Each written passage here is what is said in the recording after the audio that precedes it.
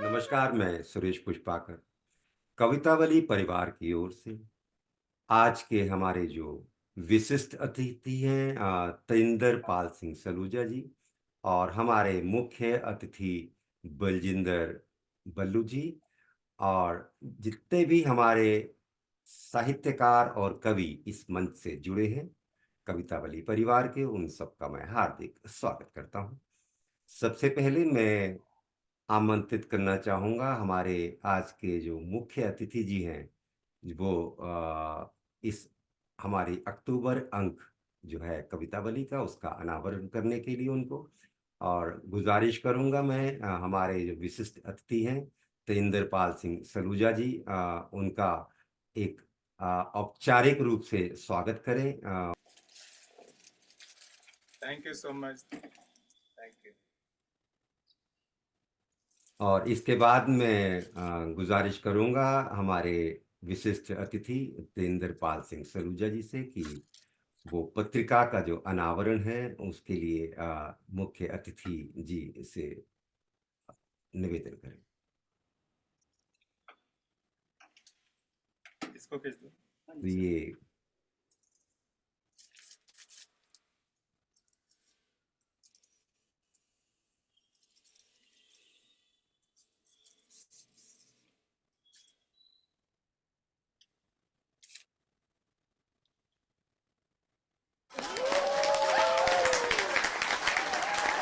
बहुत बहुत धन्यवाद आपका बलजीत सिंह बल्लू जी कवितावली अक्टूबर अंक के इस अनावरण के लिए। और इसके बाद मैं चाहूंगा एक छोटी सी हमारी वीडियो प्रेजेंटेशन है वो आपके सम्मुख रखना।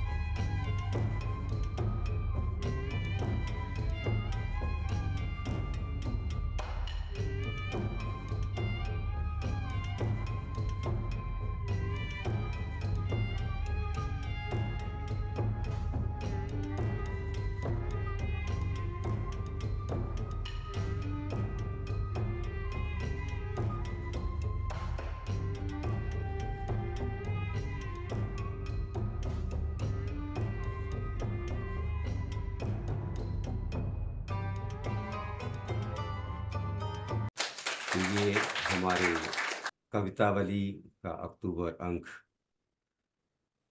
का अनावरण हुआ और हमारे मुख्य अतिथि जिसे मैं कुछ वार्तालाप करना चाहूँगा बलजिंदर सिंह जी, आपसे मैं एक जानना चाहूँगा कि आपकी जो ये संगीत की यात्रा शुरू हुई, ये कैसे शुरू हुई? जी। इसमें मैं जब 10वीं क्लास में था तो गर्मी की छुट्टियां हुई। तो उस वक्त मैं एक ब्लाइंड स्कूल के पास से निकला, जहाँ पर ब्लाइंड बच्चे कुछ म्यूजिक कर रहे थे, ऑर्केस्ट्रा था उनका। सारे स्टूडेंट थे वो भी कोई 5वीं का, कोई 10वीं का, ऐसा स्टूडेंट थे। तो उनसे मैंने रिक्वेस्ट करी कि मुझे भी संगीत सीखना है, आप मुझे गिटार सिखा देंगे क्या? क्योंकि वहाँ गिटार भी बजा रहे थे, तो मेरी इच्छा गिटार सीखने की थी। तो उन्होंने बोला हम सिखाएंगे आपको, लेकिन इंस्ट्रूमेंट आपको लेके आना पड़ेगा, इंस्टीट्यूट का इंस्ट्रूमेंट नहीं दे सकते हम। तो मैंने पापा से बोला कि मुझे गिटार लेना है, तो पापा ने बोला कि पूछो कितने का है। तो वो गिटार उस वक्त आता था 350 रुपये का। तो पापा ने बोला बहुत महंगा है ये तो, गिटार नहीं। और फिर उन्होंने ये भी बोला कि म्यूज़िक सीखना अच्छी बात नहीं है, जो म्यूजिशियन लोग होते हैं वो करेक्टर लेस होते हैं, ब्ला ब्ला ब्ला, मतलब अच्छे नहीं होते हैं, क्योंकि उस समय दौर भी वैसा ही था, म्यूजिशियंस को इतनी रिस्पेक्ट नहीं मिलती थी। और जो आवारा टाइप के लोग होते थे उनको ही म्यूजिशियन माना जाता था, मतलब वही म्यूजिशियन बनते थे, कल्चर वैसा था, बिकॉज एजुकेशन और अपना इंडस्ट्री का जो लेवल था। तो उसी वक्त जिस दुकान पर गिटार की कीमत पूछी थी वहाँ पर बांसुरी भी थी, और हमने देखा था कि ऑर्केस्ट्रा में भी बांसुरी बजा रहे थे। तो हमने बांसुरी ले ली, बांसुरी 5 रुपए की थी। तो मैं और मेरा एक दोस्त है सुजीत शर्मा, हम दोनों ने मिलकर दो बांसुरियाँ ले ली, 10 रुपए की, 5-5 रुपए की दो। और वहाँ से फिर बांसुरी सीखना हमने शुरू किया। तो ये कहा जा सकता है कि पैसे की कमी के चलते मैंने बांसुरी बजाना सीखना शुरू किया। क्योंकि आम जो व्यक्ति है, एक जनमानस है, इसको आपने बांसुरी वादन से भी जोड़ा है। मैंने जैसा कि आपके बारे में जाना है कि आपने अलग अलग जगहों पर जाकर बांसुरी वादन किया है, और लोग बड़ी उत्सुकता से उस चीज को सुनते हैं और ध्यान मग्न होते हैं। ये कैसे किया? ये मैंने महसूस किया कि जो अ, मुझसे पहले या मेरी पॉपुलैरिटी से पहले बांसुरी में क्लासिकल म्यूजिक ज़्यादा बजाया जाता था। तो ये मैं एक गुरु जी थे मेरे, उनसे सीखने जाता था, दत्ता जी। एक होटल में मैं जाता था सीखने के लिए उनसे। वो कहते थे कि बाबू, वो बंगाली थे, तो बाबू बोलते थे मुझे, बाबू आप होटल में आइएगा, तो आपको 100 रुपीज़ रोज का मैं फीस भी दूंगा, होटल से मिलेगी आपको, और आपको सिखाऊंगा भी। तो वहाँ मैं क्लासिकल म्यूज़िक उनसे सीखता था। तो क्लासिकल बजाते रहते थे उसमें, फ्लूट पर, बड़ी बांसुरी पर। फिर एक दिन मुझे शरारत सूझी कि उस समय चांदनी फिल्म का एक गाना मैं बजाता था, तेरे मेरे होठों पर। तो वो गाना मैंने बजाया, ऑडियंस बैठी हुई थी सामने, रेस्टोरेंट था, रेस्टोरेंट में हम लोग प्ले करते थे। तो उसमें जैसे ही वो गाना ख़त्म हुआ तो लोगों ने खूब ताली बजाई, और उधर से गुरुजी चले आ रहे थे। तो उन्होंने मुझसे पूछा, बाबू तुमने क्या बजाया जो इतनी तालियां बजी? मैंने बोला मैं वो तेरे मेरे होठों पे। और उस पे फिर लोगों ने बहुत अप्रिशिएट भी किया, टिप्स वगैरह भी बहुत दी। तो गुरुजी को भी ये महसूस हुआ कि लोगों को ये म्यूज़िक पसंद आ रहा है। मुझे भी पता लगा कि लोगों को क्लासिकल इतना जोर लग गया हमारा बजाने में, उसमें किसी ने देखा भी नहीं। और जैसे मैंने ये धुन बजाई तो लोगों का ध्यान अट्रैक्ट हुआ। वहाँ से मुझे पता लगा कि लोग सुनना चाहते हैं बांसुरी पर फिल्मी गाने। और फिर मैंने फिल्मी गानों के कई एल्बम बनाए, और मैंने कई परफॉर्मेंसेस फिल्मी गानों के शुरू किए। और 2000 से फिर मैं एज ए प्रोफेशन उसको करते आ रहा हूँ। उससे पहले मैं सिविल इंजीनियरिंग, मैंने सिविल इंजीनियरिंग की है, तो मैं बिल्डरशिप करता था। लेकिन 2000 से मैंने परफॉर्मेंस शुरू किया तो उसमें बहुत बिजी हो गया, अर्निंग भी बहुत अच्छी होने लग गई। फिर 2002 में मैंने बिल्डरशिप बंद करके फुल टाइम यही प्रोफेशन कर लिया। तो बलजिंदर जी, जैसा कि आपने बताया कि जिस गाने की धुन पर लोगों को आपने मोहित किया पहली बार, जो आपने गीत तेरे मेरे ओठों पर, ये हम आपसे इस मंच पर भी सुनना चाहेंगे। जी बिल्कुल सुना।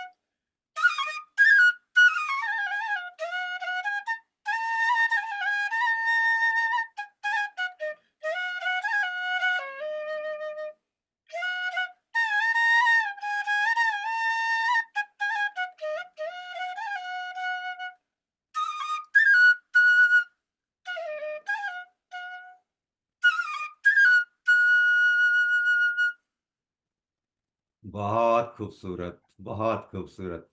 जैसा कि आपकी जो बांसुरी वादन है आपका, ये महसूस किया है हम, जैसे हम सुनते हैं आपका, आपके द्वारा जो बांसुरी वादन है, फिर हमें ध्यान आता है कि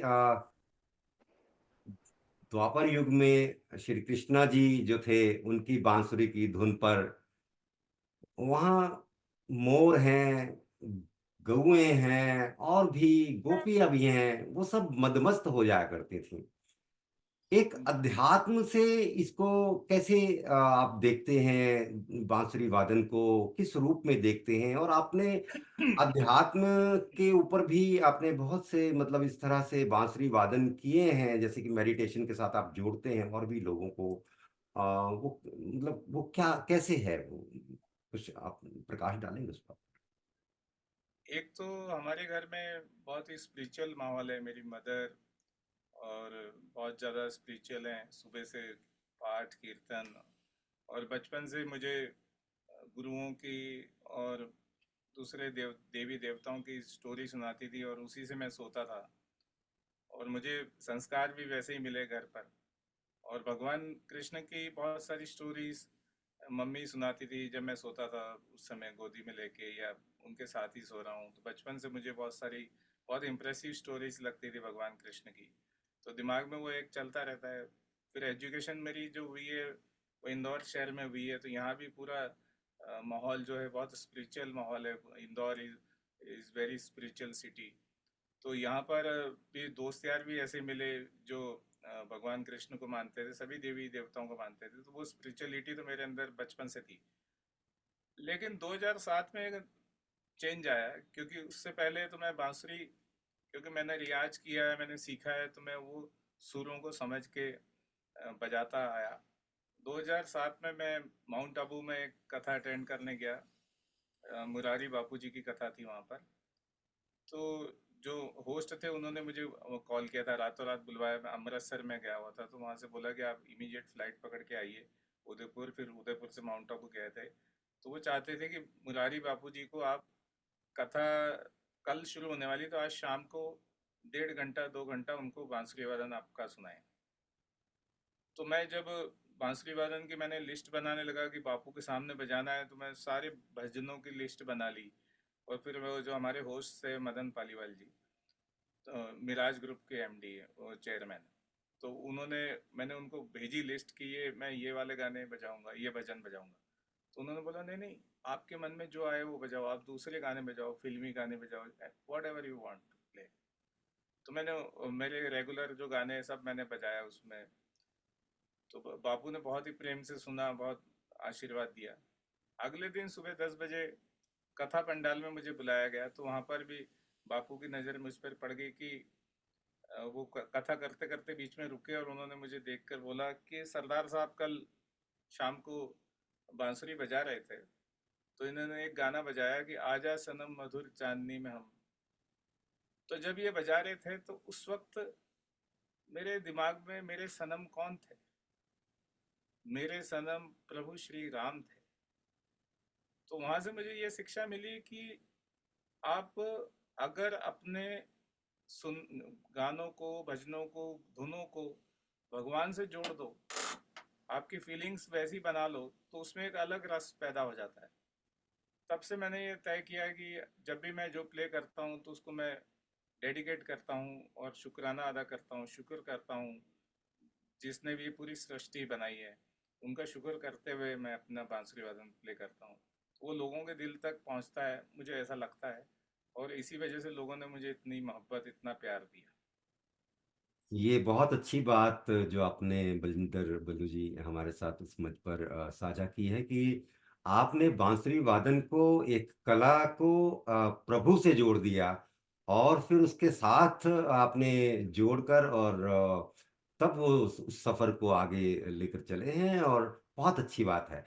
हम एक कोई ऐसी धुन सुनना चाहते हैं इस मंच पर भी आपके द्वारा, जो आपने कभी ईश्वर को ऐसे अपने मन में रखकर और वो बांसुरी वादन किया हो, वो हम एक बार आपसे सुनना चाहते अब तो हर धुन उन्हीं के लिए बजाता हूँ मैं, और उन्हीं का शुक्र करता हूँ।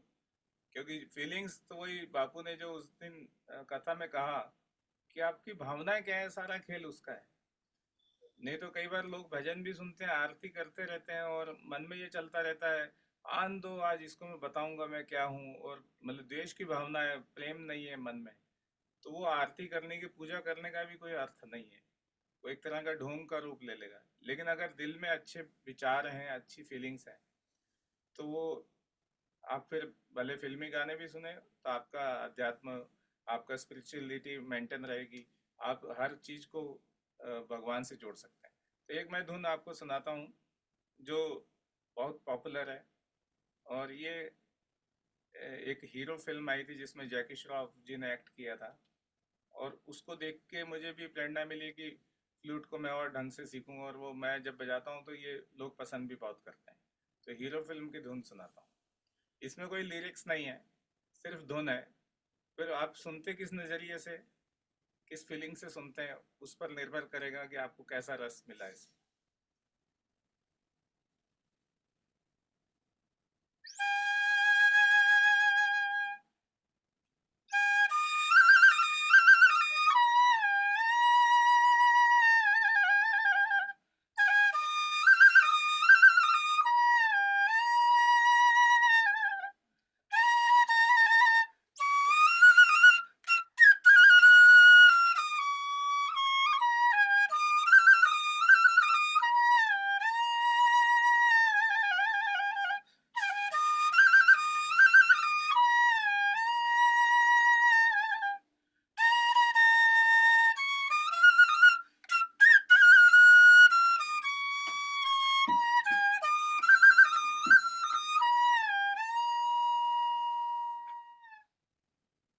बहुत खूबसूरत, बहुत बढ़िया। ये जैसे कि मोह लेती है, ये जो धुन है, आप बांसुरी वादन जब करते हैं तो ये मोह लेती है इंसान के मन को भी, और आध्यात्मिक दृष्टि से भी मैं कहूँगा, और वैसे भी। तो आपकी जो फिल्मी धुन जो आपने बजाई हैं बहुत सारी, उनमें सबसे जो पॉपुलर हुई है वो कौन सी धुन हुई है बलिंदर जी?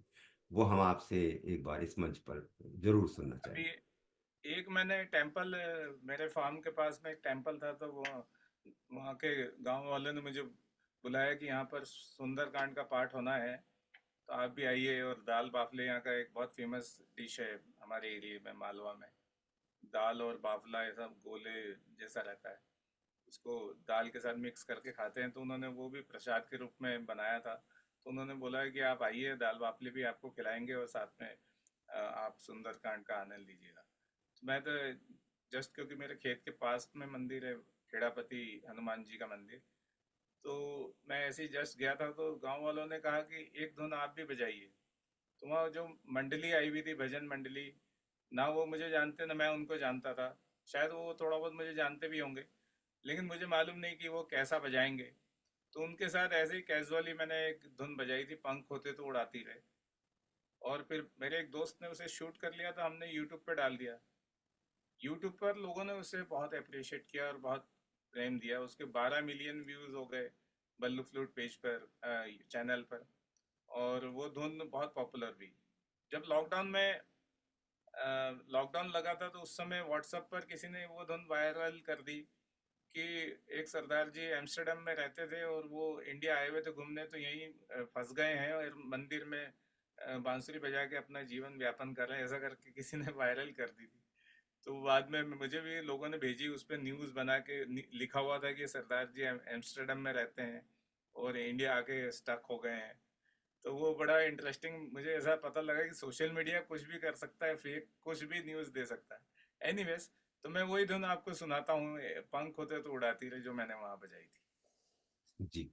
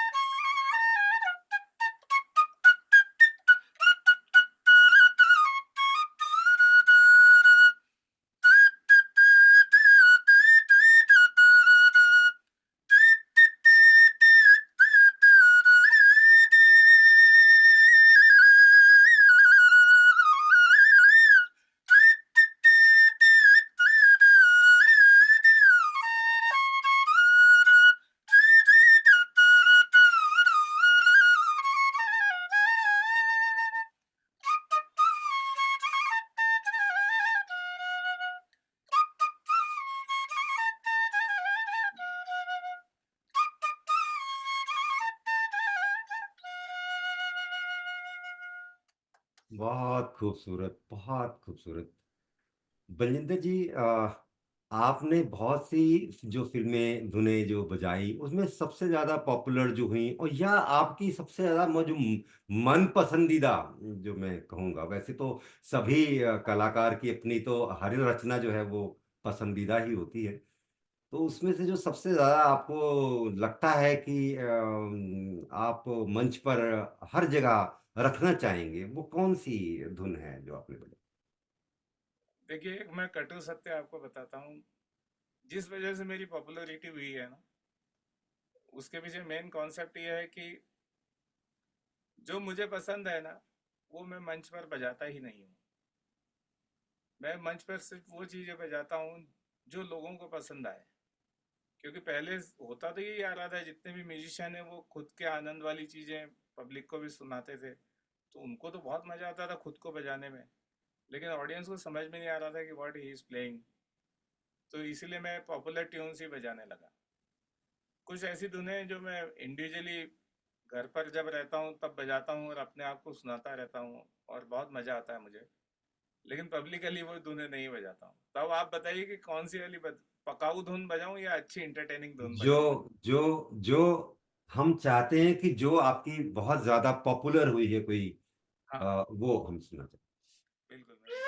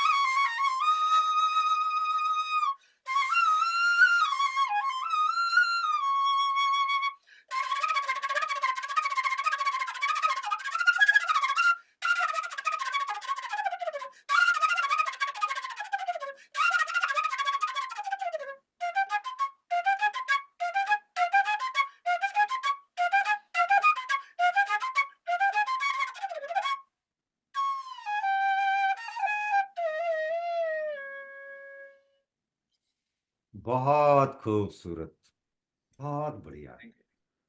तो बस आखिर में एक कोई जो धुन है वो सुनेंगे आपसे, जो आप मनपसंद कोई जो भी है, आप चाहते हैं इस मंच पर हमारे साथ साझा करना, कविता वाली परिवार के साथ। और उसके पहले मैं आपसे सिर्फ ये कुछ जानना चाहूंगा कि कवितावली पत्रिका आपके हाथों में है अक्टूबर अंक की, तो इसके बारे में दो शब्द अगर आप जो रखना चाहें इस पत्रिका के बारे में, मैं वो सुनना चाहूंगा। जी, मैं सभी को बहुत बहुत बधाइयाँ देता हूँ, और मैंने भी देखा कितने सारे लोगों ने इसमें अपनी अपनी कविताएं लिखी हैं। सबसे मुख्य बात तो ये देखने में आया है कि जो कवि होता है वो बहुत ही भावुक होता है, और अपने पूरे दिल से वो कविताएं लिखते हैं, और वो लोगों को सुनाना भी चाहते हैं, लोगों को पढ़वाना भी चाहते हैं, लेकिन उन्हें प्लेटफॉर्म नहीं मिलता है। और ये जो कवितावली और आपके माध्यम से ये जो प्लेटफॉर्म मिला है जिसमें अपने दिल की बात वो कह सके और लोगों तक पहुंचा सके, थोड़ी सी पहचान भी बनी जिसमें फोटोग्राफ और नाम भी छपा हुआ उनका। तो ये बहुत ही अच्छा इनिशिएटिव है, बहुत ही अच्छी बात है ये। इसके कितने अंक निकल चुके हैं अभी तक? जी ये 7वां अंक है साथ। बलजिंदर हाँ, तो ये बहुत ही अच्छा है और कार्य है जिसमें जो अंदर, देखिए सब कहीं ना कहीं प्रोफेशनली तो बिजी होंगे, कोई हाउसवाइफ भी हो सकती हैं या कोई डॉक्टर होंगे, कुछ भी प्रोफेशन होगा उनका, लेकिन अंदर अंदर का कलाकार मर जाता है। तो कलाकार को जिंदा रखने के लिए उसको प्लेटफॉर्म चाहिए। तो ये मैं मानता हूँ कि कवितावली ये बहुत अच्छा प्लेटफॉर्म है जिसमें आर्टिस्ट का आर्ट नहीं मर रहा है। और ये बहुत ही ज्यादा मेरी नज़र में ये, इसको अगर स्पिरिचुअल भाषा में बोले तो ये पुण्य का काम है, बहुत ज्यादा पुण्य का काम है कि किसी का, कलाकार का फन नहीं मरना चाहिए। आपका बहुत बहुत धन्यवाद इन आपके शब्दों के लिए जो कवितावली के लिए आपने कहे हैं। और हमारा जो प्रयास है बलजिंदर जी, वैश्विक स्तर पर हम हिंदी भाषा को और हिंदी साहित्य को किस तरह से और आगे लेकर चल सकते हैं, उसका एक उसके लिए प्रयास है। तो विश्व भर से हमारे जो साहित्यकार और कवि हैं इसके साथ जुड़े हुए हैं। और इसके बाद मैं एक गुजारिश करूंगा, एक सुंदर सी जो धुन आप चाहते हैं इस मंच पर कवितावली के लिए रखना, वो सुनना चाहिए।